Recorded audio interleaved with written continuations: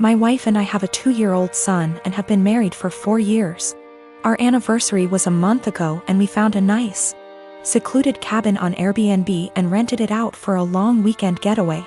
My wife asked her parents if they would be willing to watch our son, and they agreed as long as we dropped him off at their house. That worked for us since it was on our way anyway. I was raised Lutheran and my wife was raised Catholic, but neither of us currently go to church and have not had our son baptized. My mother-in-law knows this and hates it. She thinks our son needs to be baptized or he will burn in hell. She's that kind of Catholic. So we go on our trip, and when we pick up our son and ask how the weekend went, mother-in-law says everything went fine and that she has saved my son's soul from the devil. I ask her what she meant and she says she had our son baptized that morning at her church. I tried my best to keep my cool so I didn't scream at mother-in-law in front of my son, but I pretty much grabbed my son and left. On the car ride home I was fuming and told my wife as calmly as I could that this would be the last time her parents have our son unsupervised. She tried to downplay what her mom had done, but I told her we need to wait until we get home to talk about it because I'm not fighting in front of my kid. When we got home and had a chance to talk about it, things got heated.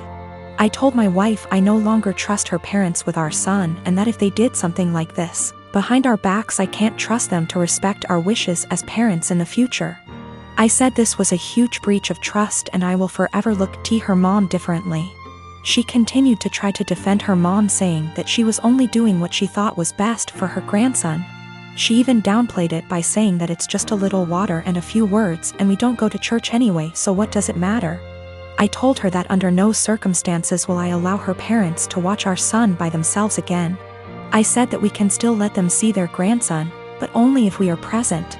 I also said that if she doesn't see what the big deal is with this situation, that maybe we aren't on the same page as parents and maybe we need to see a counselor.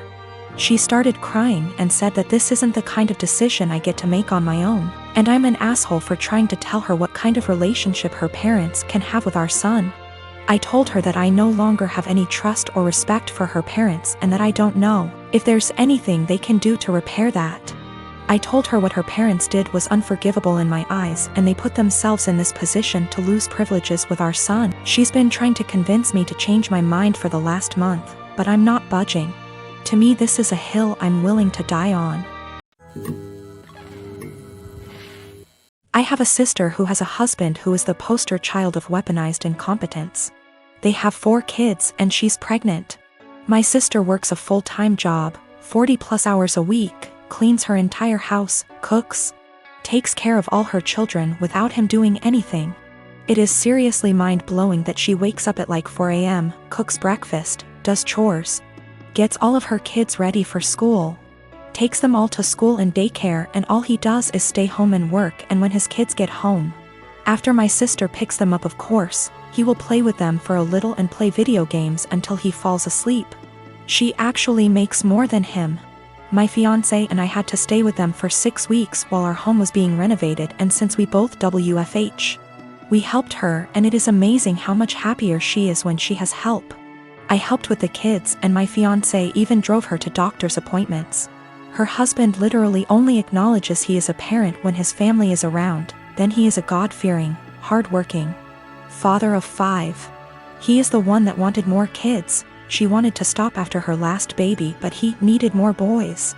I am seriously concerned not only for her, but her kids as well, because now her oldest is seeing what's happening and trying to help, but my sister is prideful and refuses to let her child do anything.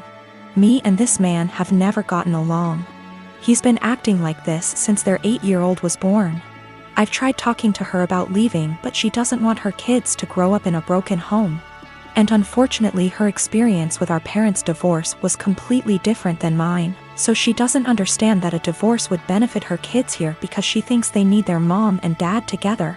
Cut to this past weekend, her and her husband threw a pre-Thanksgiving potluck where our entire family plus his was there.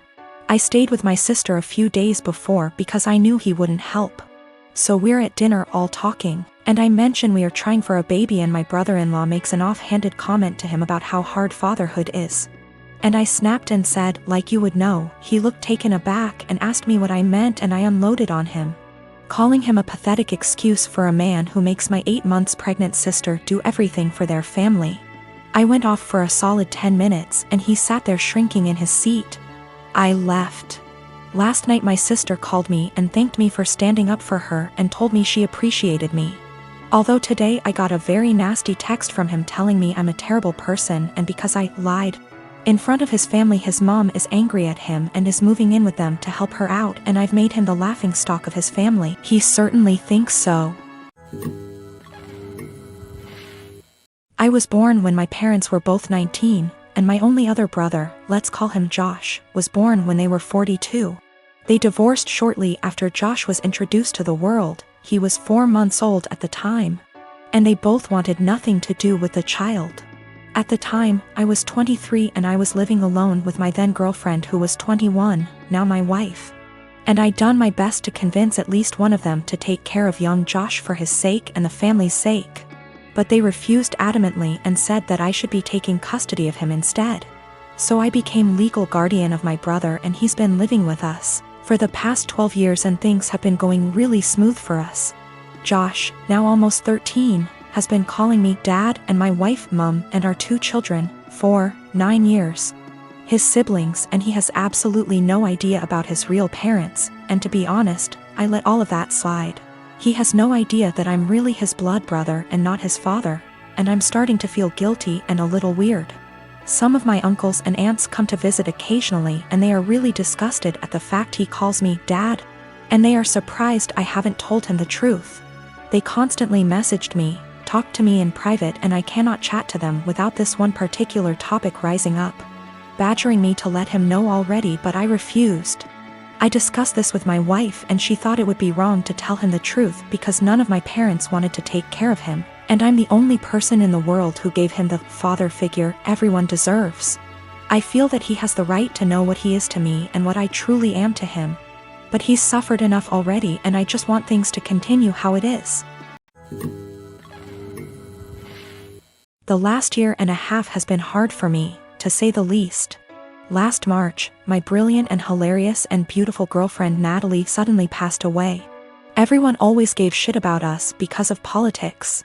We met in college when we were poli-sci majors. She is very liberal, think AOC, and I'm pretty conservative. We actually met because we were serving as treasurers for our school's college Democrats and Young Republicans clubs, respectively. And our groups would get together for drinks or bowling or laser tag once a month.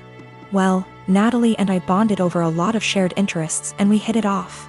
Even if we didn't see eye to eye on many issues, debating her was stimulating and formed the cornerstone of our relationship. We've had debates that went on until dawn. We just bounced off each other. She liked to joke that we were drift compatible. I wanted to marry this woman, but she passed away before we got a chance to talk about marriage. I'm in therapy and I'm working through not having her in my life anymore, but it's been rough. Then Rona happened and I got laid off, so I had to move back in with my parents and figure out what I am supposed to do now. My parents mean well, but they got married really young and are more conservative and religious than me. They've been trying to set me up on dates with single girls from their church since I moved back home.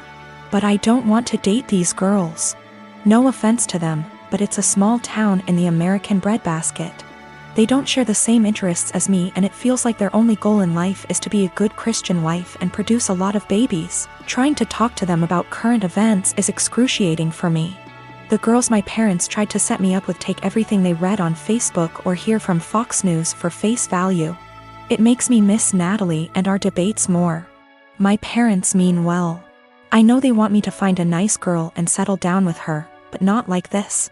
They are nothing like Natalie and never will be. I miss her, even if my folks didn't like her ideas. But when I told them the other night that I wanted them to stop setting me up on dates with these girls, they freaked out and told me that I needed to consider settling down since I just turned 30. They're good girls from great families, I know that, and my parents like them more than they liked Natalie, but she was my one and only. I don't think it's fair for anyone when I still love her. They are even more angry at me because I told them that I just don't see myself getting married anytime soon. But like I said, Natalie was my soulmate and I just can't see myself being with anyone else but her. Yet, they are insisting that I need to find a woman and settle down and give them grandchildren. We were seriously close to talking about marriage.